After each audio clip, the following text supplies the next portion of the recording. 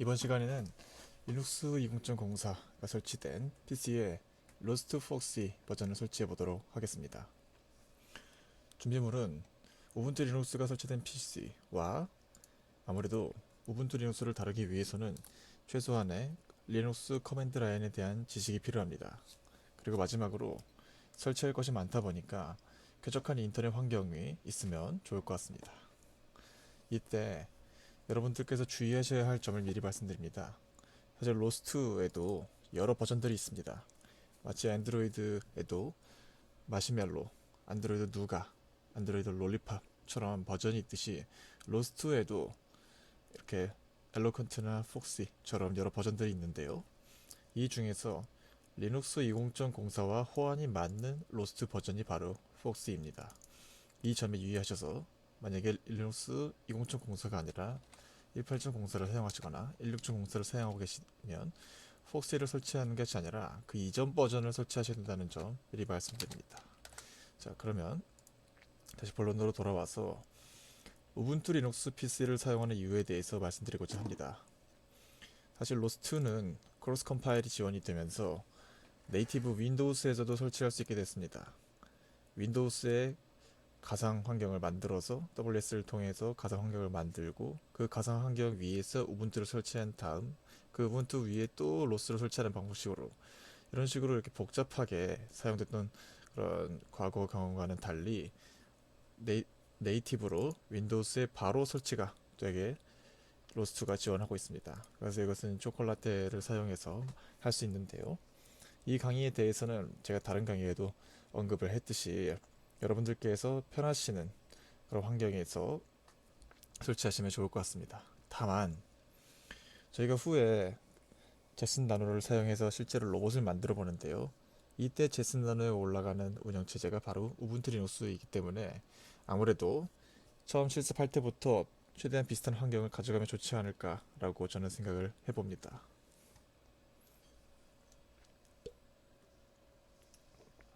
그래서 만약에 우분투 리눅스를 설치를 안 하셨는데 처음부터 설치해보고 싶다 하시는 분들을 위해서 제가 약간의 조언을 여기다 넣어 놓았습니다. 우선 데스크탑 PC를 우분투 리눅스로 구동하게 만들기 위해서는 부팅 USB를 만드셔야 됩니다. 여기 있어서는 이미 우분투 공식 홈페이지에서 충분한 자료들과 레퍼런스를 잘 제시하고 있으니 이대로 따라 하시면 될 것 같고, 대신에 이때 OS 이미지를 다운받고 USB에 플래시를 해줄 때 지금 이 레퍼런스에서는 러퍼스라는 프로그램을 사용하고 있습니다. 그런데 저는 발레나 에처라는 프로그램을 사용하시는 걸 추천드립니다. 그 이유로는 후에 저희가 앞서 말씀드린 것처럼 제슨 나노에도 똑같이 우분투를 올려야 되는데 이때 엔비디아에서 공식적으로 추천하는 것이 발레나 에처이기도 하고요. 러퍼스에는 여러 옵션들이 있습니다. 여기 보시면 이런 뭐 MBR이라든지 바이오스 UEFI 그리고 클러스터 사이즈 몇으로 할 것인지 파일 시스템 몇을 뭘로 할 것인지 이런 것들이 있는데요. 이런 여러 옵션들이 처음에는 물론 이 그대로 보고 설정하면 되지만 혹시나 잘못됐을 때 디버깅 요소가 많아지는 것이 있어서 발레나 에처는 보다 간편하거든요. 그래서 발레나 에처를 추천드립니다. 부팅 USB를 만드셨으면 해당 USB를 통해서 이것은 마치 윈도우 CD키라고 생각하시면 될 것 같아요. 윈도우 설치 CD라고 생각하시면 될 것 같은데요.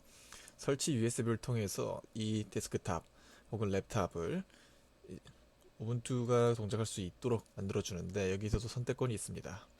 만약에 여러분들께서 뭐 관공서 프로그램을 많이 사용하신다거나 문서 작업이 필요한 경우 윈도우스도 당연히 필요하겠죠. 이때 처음 부팅을 시켰을 때 윈도우스로 부팅할 것인지 우분투로 부팅할 것인지 선택하게 해주는 결론적으로 이런 화면이 나오고, 여기서 우분투 엔터를 눌러주면 우분투로 부팅이 되고 윈도우스 엔터를 눌러주면 윈도우스로 부팅이 되도록 하는 이러한 시스템을 듀얼 부팅 시스템이라고 합니다. 이 듀얼 부팅 시스템을 만드는 방법에 대해서도 제가 유튜브 레퍼런스를 달아두었으니까 여러분들께서 한번 보고 하시면 좋을 것 같습니다. 다음으로 처음에 리눅스를 설치하시고 나서 마치 우리가 처음에 뭐 크롬도 깔고 여러분들이 많이 사용하시는 뭐 한글이나 파워포인트 이런 것도 처음에 까시죠. 그런 것처럼 우리 개발을 편리하게 하기 위한 편의성 프로그램들을 설치해 보도록 하고자 합니다. 첫 번째로 터미네이터를 설치해 보고자 합니다. 터미네이터는 이러한 터미널 프로그램이라고 보시면 될 것 같습니다. 그래서 제가 터미네이터를 켜고 이런 식으로 화면을 분할한 다음 첫 번째 작업을 하고 두 번째 작업을 하고 세 번째, 네 번째 작업을 하면 네 번째 작업을 하면서도 첫 번째 작업에 대한 것을 한눈에 알아볼 수 있는 다중 분할 터미널을 지원합니다. 처음에 사실 여러분들께서 설치를 하시면 기본 터미널은 이렇게 생겼습니다. 기본 터미널은 화면 분할을 지원을 하지 않죠. 그래서 저는 이 터미네이터를 추천드립니다. 터미네이터를 이제 설치하는 방법은 이 두 개의 커맨드 라인을 터미널에 입력을 해주시면 됩니다. 이때 유의하셔야 될 점이 여기서 컨트롤 C를 누르시고 컨트롤 V를 하면 안 됩니다. 컨트롤 Shift V를 눌러주셔야 한다는 거 알아주시면 좋을 것 같습니다. 여기서 이제 입력해야 되는 비밀번호는 여러분들의 처음 설치하셨을 때 설정했던 비밀번호를 입력하시면 되고요. 이때 살짝 이야기를 드리자면 앞에 있는 sudo라는 것이 앞으로 많이 쓰일 것인데 이것은 루트 권한으로 뒤에 있는 커맨드 라인을 실행한다 라는 뜻입니다. 루트 권한이란 여러분들께서 윈도우스를 사용하실 때 프로그램을 제거할 때 정말 설치할 건가요? 정말 삭제할 건가요? 혹은 관리자 권한이 필요합니다. 이런 것들을 물어보죠. 그러한 관리자 권한이라고 생각하시면 될 것 같습니다. 이 뒤에 있는 지금같이 터미네이터를 설치하기 위해선 일반 사용자 권한으로는 되지 않고 루트 권한이 필요하다라고 보시면 될 것 같습니다. 그래서 루트 권한을 사용하기 위해서는 비밀번호를 물어보는 것이고요. 더불어 여기 apt-get update, apt-get install이라는 것이 나왔는데 여기는 apt라는 것은 Advanced Package Tool이라는 우분투의 패키지 관리자입니다. 예를 들어 저희가 게임을 다운받는다고 했을 때 마인크래프트를 다운받고 또 뭐 어몽어스를 다운받고 뭐 문명이라는 게임을 다운받고자 한다고 생각해 보죠. 그러면 인터넷에서 어몽어스를 다운받고 인터넷에서 마인크래프트를 다운받고 인터넷에서 또 문명을 다운받고 하는 것은 매우 불편하지만 우리는 이미 알고 있죠. 스팀이라는 중간 플랫폼을 사용하면 현재 설치되어 있는 게임을 손쉽게 제거하고 새로 설치할 수도 있고 구매까지도 손쉽게 할 수 있습니다. 그러한 스팀과 같이 패키지들을 손쉽게 관리해 주는 것을 apt라고 이해하시면 좋을 것 같습니다. 네, 게임을 많이 하지 않으신 분들에게는 적절하지 않은 예시가 될 수도 있겠는데요. 네, 어쨌든 다음으로 넘어가 보겠습니다. 화면 분할을 실제로 하는 것에 대해서 살펴보도록 하죠. 자, 만약에 터미네이터를 설치하셨다면 윈도우스 키를 누르고 터미네이터를 쳤을 때 터미네이터가 설치되어 있어서 이렇게 나올 것입니다. 그래서 윈도우스 키를 누르고 화살표 오른쪽 키를 누르면 이렇게 자동으로 한쪽 윈도우를 점유하게 됩니다. 이 상태에서 컨트롤 쉬프트 E 가로 분할, 컨트롤 쉬프트 O 세로 분할, 컨트롤 쉬프트 W 창 닫기, 알트 화살표 창간 이동 이렇게 된다고 보시면 될 것 같습니다. 그래서 저는 처음에 이제 습관처럼 처음에 이제 컴퓨터를 키게 되면 터미네이터를 키우고 윈도우스 화살표를 통해서 한쪽을 점유시키고 이 정도로 창을 나누어서 시작하곤 합니다. 이게 습관처럼 이렇게 하게 되더라고요. 많이 하다 보니까. 자, 그 다음으로 텍스트 에디터를 추천드리고자 합니다. 우리가 프로그래밍을 할 때 예를 들어서 C 프로그래밍을 한다고 하면 비주얼 스튜디오 같은 곳에서 여러분들 처음 시작하시죠. 비주얼 스튜디오가 편한 것이 만약에 stdio를 잘못 쳤다라고 하면 거기에 빨간 밑줄을 그어주기도 하고 뒤에 콜론을 붙여주지 않으면 세미콜론을 붙이지 않으면 세미콜론이 없다라고 알려주기도 하는 등 이러한 여러가지 코딩을 함에 있어서 텍스트적으로 도움을 많이 주곤 하죠. 그런데 비주얼 스튜디오 자체를 깔기에는 너무 무겁고 텍스트 에디팅 기능만을 가진 VS 코드라는 것이 등장했습니다. 그래서 앞으로 개발을 하실 때도 여러분들이 직접 뭐 이러한 노트패드에서 이런 메모장에서 개발하는 것은 매우 불편할 것입니다. 그런데 이게 아니라 이런 VS 코드를 설치하게 되면 추가적인 기능들도 있고 이렇게 시녟스 하이라이팅과 기본적인 문법 검사도 해주기 때문에 여러분들께서 편하게 개발을 하실 수 있을 것입니다. 그래서 VS 코드 다운받는 방법은 매우 쉽습니다. 다운로드 홈페이지로 가서 이 펭귄이 리눅스를 뜻합니다. 우리는 우분투 버전을 사용하고 있으므로 대비한 우분투 버전을 눌러서 다운받으시면 자동으로 다운로드가 될 것입니다. 이 다운로드 이후에는 더블 클릭을 눌러주시면 자동으로 설치됩니다. 그리고 나서 VS 코드의 강점으로는 또 여러가지 익스텐션들을 제공하고 있습니다. 익스텐션들은 마치 그 우리 게임을 샀을 때 DLC 같은 거라고 생각하시면 좋을 것 같은데요. 예를 들어 지금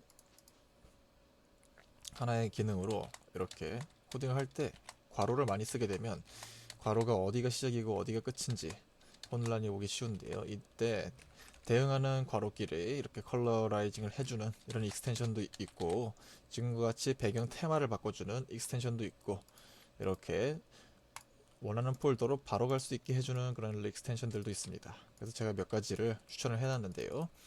네, 원하시는 입맛대로 설치하시면 좋을 것 같습니다. 그 다음 추가로 설정해 줄 것들을 약간 해주겠습니다.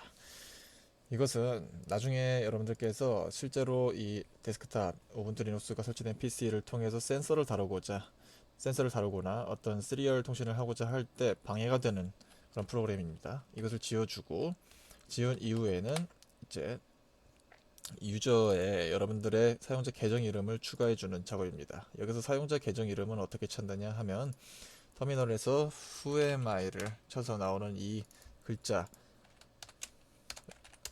곧 여기 대응이 되겠고요. 혹은 터미널을 처음 켜쳤을 때 이 앞에 초록색으로 나오는 이 유저 이름으로 이거를 바꿔주시면 될 것 같습니다. 그래서 지금 같은 경우 이거를 스위밍이라고 하면 되겠죠, 저는. 자, 그 다음에 실질적으로 이제 로스트를 설치해 보도록 하겠습니다. 모든 커맨드 라인은 제가 이 공식 홈페이지에서 가져온 것일 뿐이고요. 이 밑에 과정들을 그대로 따라해 주시면 될 것 같습니다. 중간에 막히거나 이게 뭐지 궁금하시면 이 공식 홈페이지에서 들어가서 설치 보시면 될 것 같고요. 그래서 이런 식으로 이 모든 과정들을 터미널에 그대로 따라해 주시면 됩니다. 중간에 비밀번호 물어보면 입력해 주고요. 그래서 설치하시는데 여기서 유의하셔야 될 점이, 만약에 중간에 뭐 시간이 오래 걸리겠죠. 계속해서 주시해야 되는 것도 귀찮고요. 근데 이 로스폭스의 데스크탑 이 부분이 실질적으로 로스를 설치하는 부분이고 제일 오래 걸리니까, 만약에 물 한 잔 드시고 싶으시면 이것을 걸어놓고 물 한 잔 드시면 될 것 같습니다. 이 밑에 부분은 옵션입니다. 그래서 파이썬 3 PIP를 설치하는 것인데요. 기존의 PIP를 사용하고 계시다 하면 굳이 설치하지 않으셔도 되기 때문에 옵션이라고 적어두었습니다. 그 다음으로 가지보 11을 설치해 보겠습니다. 가지보에 대해서는 제가 후에 또 이야기를 하겠는데요. 우리가 실제 로봇으로 가기 전에 시뮬레이션에서 먼저 작업을 해보고 보다 개발이 익숙해진 다음 실제 로봇으로 가는 식으로 이 강의는 진행되어 있습니다. 그래서 그에 따라서 필요한 시뮬레이션이 바로 가지보입니다. 더불어 로스에서 공식적으로 지원하는 시뮬레이션 중 하나이기 때문에 밑에서 보시다시피 로스 폭스와 관련된 가지보 로스 패키지, 이런 식으로 이미 배포판도 존재하고 있습니다. 그래서 가지보 11은 다음과 같이 설치를 해주시면 되고요. 마찬가지로 이 부분에서 제일 시간이 오래 걸립니다. 설치하고 나셔서 가지보를 실행시키는 방법은 터미널에 가지보를 입력하시거나 아니면 윈도우 키를 눌러서 가지보를 입력하시면 이런 아이콘이 실행되는 것을 볼 수 있습니다. 이 화면이 나왔다 하면 성공입니다. 그런데 예를 들어서 제가 여기다 원기둥을 하나 놨습니다. 이렇게 원기둥을 놨는데 지금 문제 상황이 그림자가 나오지 않을 수 있어요. 이때는 그래픽 드라이버 문제인데요. 리눅스를 설치하시고 나서 그래픽 드라이버가 아직 설치되어 있지 않기 때문입니다. 많이들 엔비디아 그래픽 드라이버를 사용하고 계시기 때문에 저도 그렇고 엔비디아를 기준으로 얘기해 보겠습니다. 우분투 드라이버스 디바이스를 통해서 어떤 이제 그래픽 카드가 장착되어 있는지 그에 따라 추천해주는 드라이버 버전은 뭐 460인지 450인지 뭔지를 먼저 판단할 수 있고요. 이 이후에 해당 지금 장착된 장치에 맞는 드라이버를 자동으로 설치해주는 옵션이 있습니다. 오토 인스톨을 써주면 되고요. 그게 아니라 여러분들께서 뭔가 다른 작업을 필요로 하는데 그때 꼭 440 버전을 써줘야겠다 라는 그런 디펜던시가 걸려 있다면 다음과 같이 수동 설치를 해주셔도 좋을 것 같습니다. 설치가 된 이후에는 재부팅을 꼭 해주셔야 이 그림자가 생깁니다. 지금같이 말이죠. 광원을 하나 두고 여기에 이렇게 그림자도 넣어보고 할 수 있습니다. 자, 어쨌거나 지금까지 많은 것을 했는데요. 중간 점검으로 로스2가 잘 깔렸나 한번 확인해보죠. 터미널을 2개 켜줍니다. 그리고 첫 번째 터미널에서 다음과 같은 커맨드 라인을 입력시켜줍니다.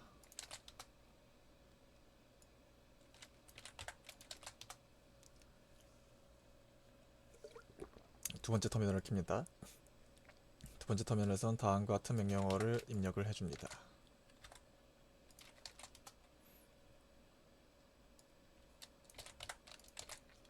지금 이렇게 이런 문구는 여러분들께서 안 뜰 수도 있습니다.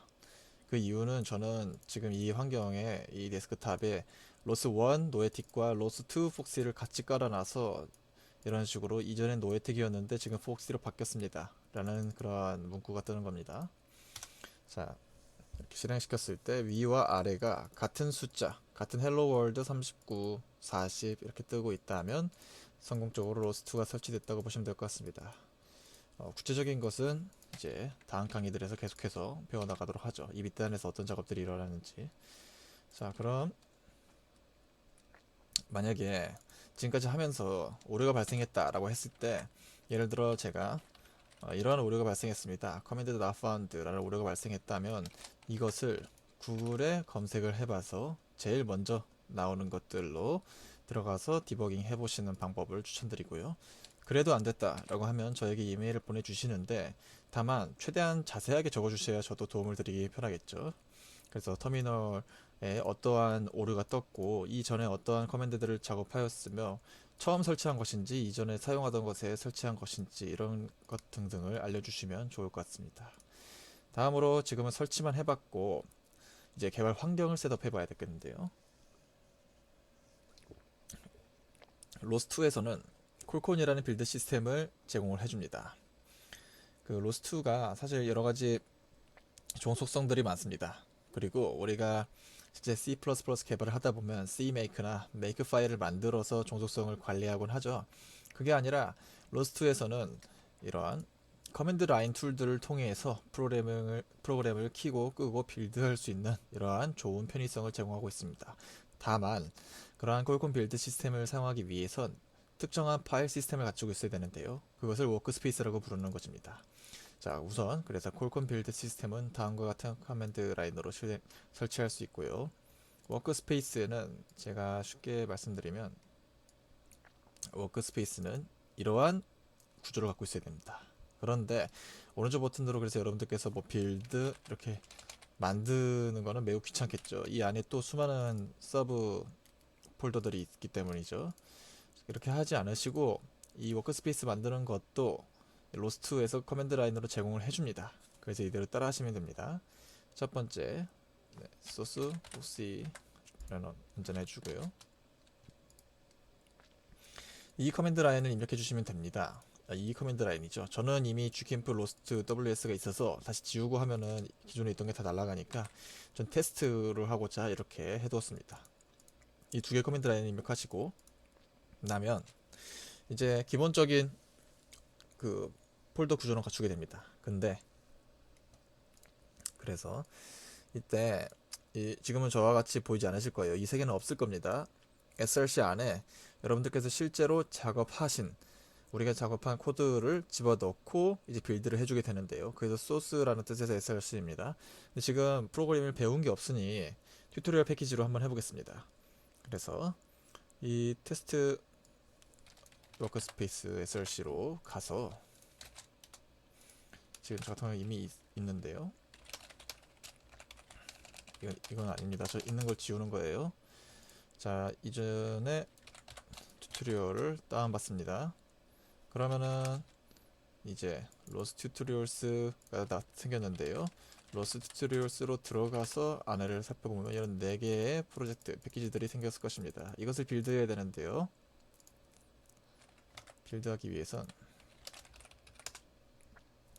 자, 전 최상위 워크스페이스 디렉토리로 가서 여기서 퀄컴 빌드를 시켜주면 됩니다. 근데 이걸 하기 전에 여기에 있는 이 4개의 프로젝트가 종속성이 있을 것입니다. 그 종속성이 지금 우리 PC에 다 깔려 있는지 확인하고, 깔려 있지 않다면 자동으로 설치까지 해주는 그런 고마운 커맨드 라인이 있는데요. 그것이 바로 이것입니다.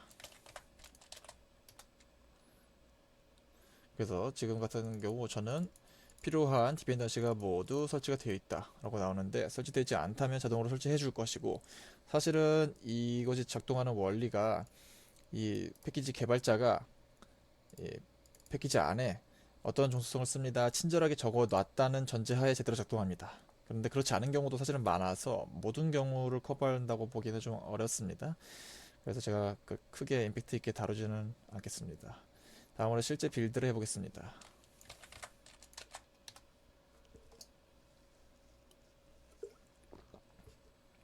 이렇게 터틀심이라는 패키지를 빌드하고 있고, 몇 퍼센트 됐는지, 시간이 얼마나 걸리고 있는지 나오죠. 빌드가 성공적으로 돼서 이렇게 초록색 아이콘이 나와야 합니다. 빨간색이나 노란색이 뜨면 문제가 있는 것입니다. 이렇게 빌드가 진행됐으면 비로소 저와 같은 이러한 파일 구조를 갖게 되셨을 것입니다. 이것이 개발 환경 구성이 완료된 것이고요. 다만 이때 지금 위에서 뭐 퀄컴 빌드, 심리크 인스톨, 이렇게 로스텝 인스톨 뭐 쭈루룩 이거 쓰기가 매우 귀찮고 외우기도 힘듭니다. 뭐 그래서 이것을 손쉽게 축약어로 만들어주는 것을 작업을 해주겠습니다. 축약어인 엘리아스에 대해서 배워볼 것인데요.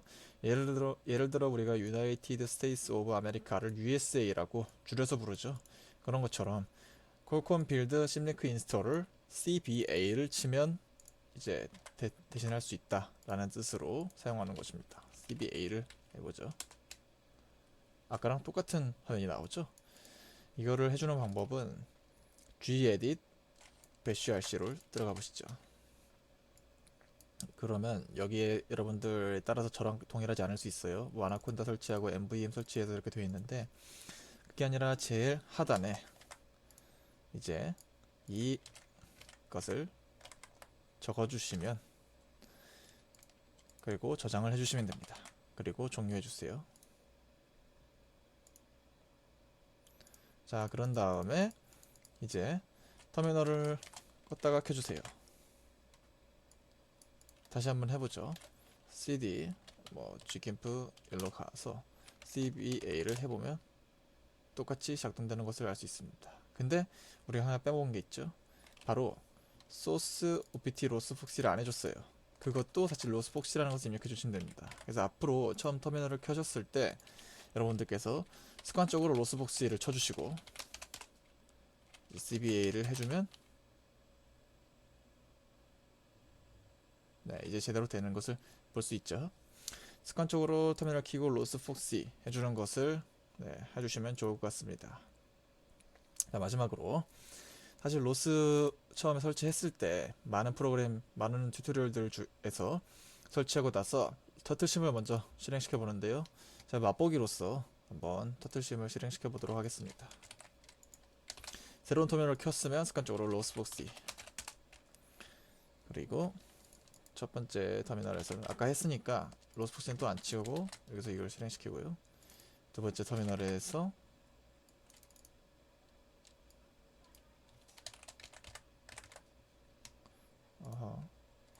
이걸 입력해 주시면 자, 뭐라고 나옵니다. 근데 이 화면에 커서를 대고 화살표로 움직이시거나 뭐 이런 식으로 이제 키를 입력해 주시면 여기 있는 거북이가 파란색 화면에서 움직이는 모습을 볼 수 있습니다. 이것까지 됐으면 정말 설치가 완료된 것입니다. 자, 종료하는 방법은 컨트롤 C고요. 컨트롤 C로 종료를 해줍니다.